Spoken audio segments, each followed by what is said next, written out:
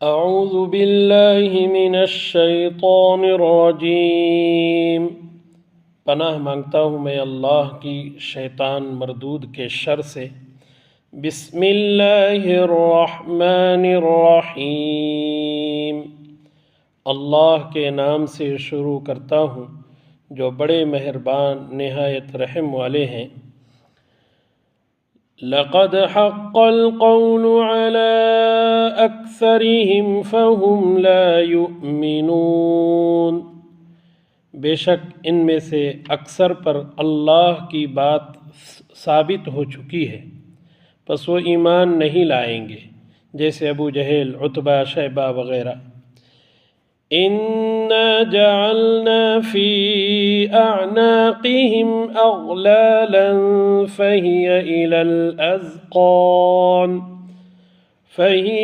الْأَذْقَانِ فَهُمْ مُقْمَحُونَ، بے شک ہم نے ان کی گردنوں میں طوق ڈال دیے ہیں، پھر وہ ٹھوڑیوں تک ہے، جس سے ان کے سر اوپر کو الٹ گئے ہیں۔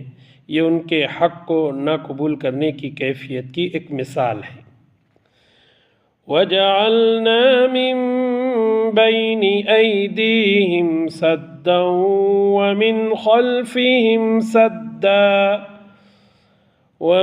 خَلْفِهِمْ سَدًّا فَأَغْشَيْنَاهُمْ فَهُمْ لَا يُبْصِرُونَ، اور ہم نے ایک آڑ ان کے سامنے کر دی ہے، یعنی دنیا کی زندگی ان کے لیے مزین کر دی ہے، اور ایک آڑ ان کے پیچھے کر دی ہے، ان کے ذہنوں میں آخرت کے واقع ہونے کو ناممکن بنا دیا ہے، جس سے ہم نے ان کو ڈھانپ دیا ہے، سو وہ دیکھ نہیں سکتے۔ یہ دوسری مثال بیان کی گئی۔ وَسَوَاءٌ عَلَيْهِمْ أَأَنذَرْتَهُمْ أَمْ لَمْ تُنذِرْهُمْ لَا يُؤْمِنُونَ، اور آپ صلی اللہ علیہ وسلم انہیں ڈرائے یا نہ ڈرائیں، دونوں برابر ہیں، وہ ایمان نہیں لائیں گے۔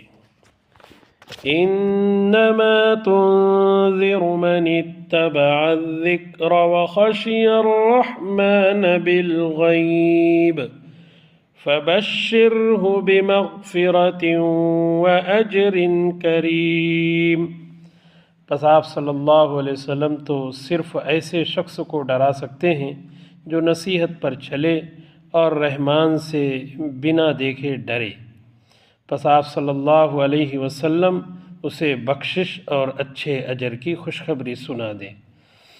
اِنَّا نَحْنُ نُحْيِي الْمَوْتَى وَنَكْتُبُ مَا قَدَّمُوا وَآثَارَهُمْ وَكُلَّ شَيْءٍ أَحْصَيْنَاهُ فِي إِمَامٍ مُبِينٍ، بے شک ہم مردوں کو زندہ کریں گے اور ہم لکھتے جاتے ہیں وہ اعمال جن کو لوگ آگے بھیجتے ہیں، اور وہ اعمال بھی جو وہ پیچھے چھوڑ جاتے ہیں، اور ہم نے ہر چیز کو واضح کتاب یعنی لوح محفوظ میں شمار کر رکھا ہے۔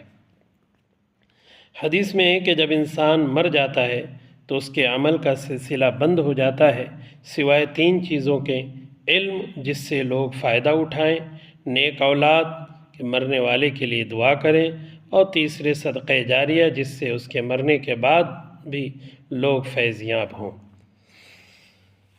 دوسرا مطلب آثارہم کا نشانات قدم ہیں، یعنی انسان نیکی یا بدی کے لیے ایک جگہ سے دوسری جگہ جاتا ہے تو قدموں کے یہ نشانات بھی لکھے جاتے ہیں۔ مثلا آپ صلی اللہ علیہ وسلم نے قبیلہ بنو سلمہ کو مسجد نبوی کے قریب منتقل ہونے سے روک دیا، فرمایا دیارکم تکتب آثارکم، یعنی جتنے قدم تم چل کر آتے ہو وہ لکھے جاتے ہیں۔ یہ سورہ یاسین کی آیت نمبر 7 سے 12 تک کا ترجمہ اور اس کے کچھ حصوں کی وضاحت آپ حضرات کے سامنے پیش کی گئی ہے۔ ان 6 آیات کے اندر کافروں کی ہٹ درمی، ان کی گردن میں طوق اور آنکھوں پر پردہ پڑنے کا ذکر ہے، اور اللہ تعالیٰ نے مردوں کو زندہ کرنے اور انسانوں کے اعمال و آثار کو محفوظ کرنے کی حقیقت کو واضح کیا ہے۔ اللہ رب العزت ہمیں ان 6 آیات میں پوشیدہ جو پیغام ہیں ان پیغامات کو سمجھنے کی اور اس کے مطابق اپنی زندگی گزارنے کی توفیق عطا فرمائے۔ والسلام علیکم ورحمۃ اللہ وبرکاتہ۔